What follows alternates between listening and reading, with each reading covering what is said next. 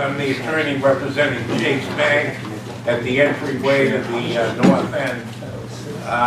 We had presented the other evening to NEWRA, and we're here this evening to present to your group. We know it's a totally different group, but with me tonight is Greg Grosh, who's part of the ownership of the building, Linear Retail, and Brooke Cabrera, who's a representative from the marketing division of Chase Bank.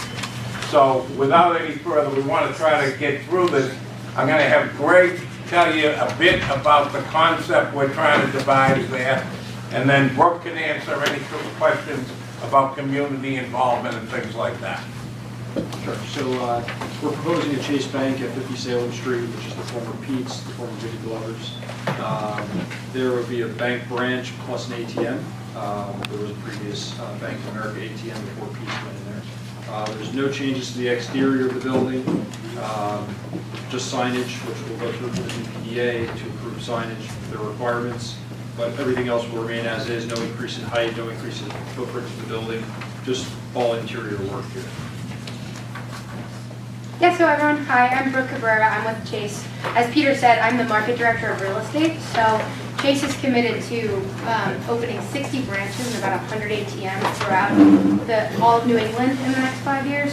The North End, we're hoping, it becomes one of the 60. And I'm really the boots on the ground contact that identifies the site, negotiates the lease with my landlords, and really excited to be opening and entering into the Boston market.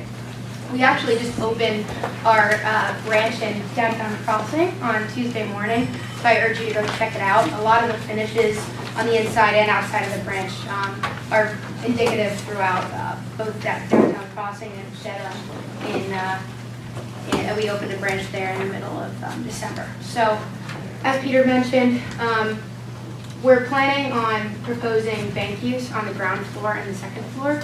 There's a lot of debate as for how we activate the retail in the front, given trash concerns and the safety of our ATM vestibule.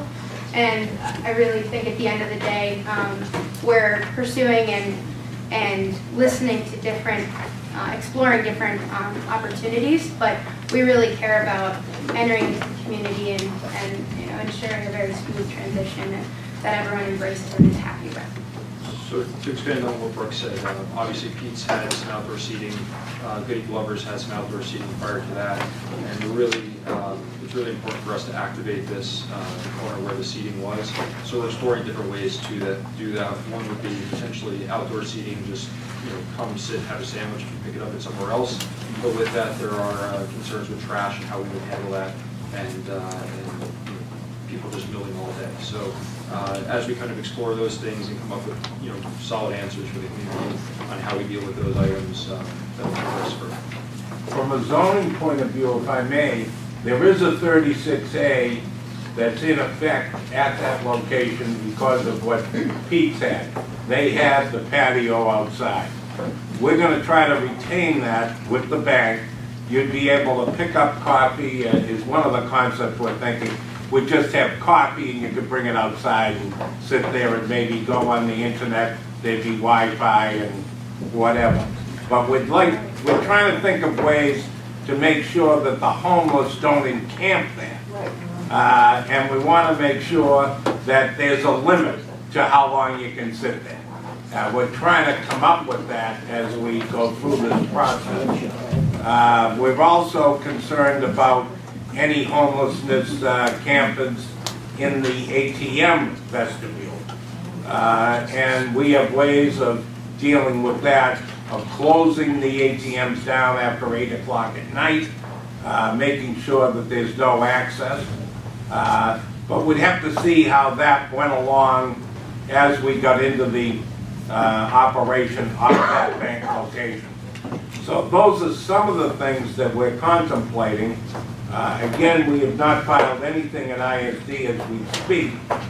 We will be doing that shortly. So what we'd be looking for, which would be 2 conditional uses, it would be a change of use from the restaurant that's there now, or was there. As you know, Goody Glover's was there, Rebello's was there. You know, you can go back to Giuffrida's Fish Market. But there have been a lot of different things there that have failed to make it at that location. What we're hoping to do is bring stability to that corner, become an active member of the community, become involved in different community endeavors, and be, you know, accessible to everyone in the North End community. So right now, we'll be looking for a conditional use on the bank use from retail restaurant to retail bank use, and then the ATM is a conditional use. There was an ATM there years ago, Bay Bank, I think, had it, back in the 90s, early 90s. So I don't think it's a stretch or anything that would be, or have an adverse impact in the community. If you have any questions, we're more than willing to answer them. Yes? Hi, I'm assuming you'll have some tellers windows on the first floor. What are your plans for the basement and second floor? We don't have any plans, I don't believe, for the basement. Basement is, restrooms are down there, and data center for Not accessible to the not public. accessible to the public. Right. And the second floor? The second floor is additional use. Greg, if you- Isn't that conference rooms and all? Yeah, conference room's an additional office space. But you walk in, there's a pre-existing elevator and you walk through both floors. But that would be exclusively for bank use. Correct. I have a question. Would you own the space or would you just rent the space? Chase would be renting the space for linear retail. Yeah, so Greg is the I'm the- landlord, I'm the tenant. Oh, I see, because when Woody Glover's were there, they moved out because the rent went up so high, they couldn't afford it. Yeah. Well, I think Chase certainly has the wherewithal to maintain that. We've seen what's happened up at that whole area, and we've had significant turnover all the time, you know? So hopefully, this will work. And I think, how long's the lease for? I'm not sure. 10 years. 10 years right now? Yeah. I think there's a question back there, I don't want you to get skipped. Yeah, you mentioned it's important to activate the outside seating. Yes. Important to whom? Well, I think to the community, and the way that I know that Mayor Menino used to be on me a lot about this issue, is that they wanted it to flow from the Greenway into the entryway of the North End and then down Salem and Hanover Street. So if you have what's looked upon as a piazza in front of the bank or in front of the former Martinetti site, it makes for a more vibrant use of that property in front of the retail businesses or the restaurants or whatever may Okay, end and I'm up. not suggesting that it's not a good idea. Right. I think your answer suggests that it's City Hall that would like it to be activated. No, it's- Well, no, it was under the past administration. I haven't talked to Mayor Walsh about this at all. And to clarify, it is Linear, the landlord. I think we see this as a gateway to the north end. I think having some vibrancy at that corner, I think the seating, when Pete's was there, allowed for that. So to continue that in some way, or whether it's, you know, flowers or some other kind of activity there, in addition to the bank, is what we're trying to achieve. Will you have to get a new license from the Mass Dot? Is that his Mass Dot property? There, not from MassDOT, we have that, it would be from PIC for any kind of public improvement commission, for any kind of seating that occurs there. And just well, from Chase's standpoint, our number one concern is safety first and foremost, security, cleanliness, and a strong brand, right? We want the best customer service experience possible. So if you go to enter the gate of the north end and you see this beautiful, vibrant, activated corner with a lot of exciting things happening on, people walking around, hanging out, sitting down, it just increases the strength of our brand. And as Peter mentioned too, there's going to be Wi-Fi accessible at every single branch we open, starting on day one. And I thank you for identifying the conditional uses that I believe NEWRA will eventually have a chance to vote on. Will there be any external building changes or any changes to the plaza over what was there before? No changes other than signage. Thank you. I have a question for marketing about the concept. Because this is, it doesn't look like a traditional bank. I don't mean to mention your competitors, but it seems reminiscent of the Capital One Cafe. Is that the concept you're going for? Absolutely not. So inside the branch, it's specifically only bank use. If you go into downtown Crossing, you go into our Devon branch, you'll see that the atmosphere is that of very casual, relaxed environment, but it's strictly bank use. So we're not mimicking or following along their strategy. Okay, all right, but you have free Wi-Fi and evidently free, maybe not free, coffee.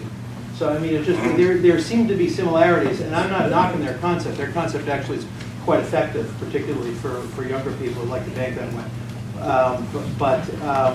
You know, I'm struggling with it a little bit because I'm looking at the seating outside, like David, you know, and wondering, you know, why the bank needs the seating outside. Again, it's not a bad thing, but it's a bit of a head scratcher. It leads to my second question. So Chase's footprint in Boston right now is how many branches? 2. Okay, and you're going to 60 Yes. in?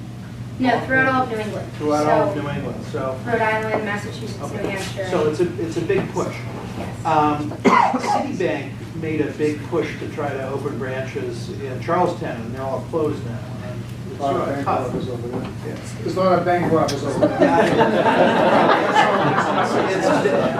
Ben Affleck took care of all that.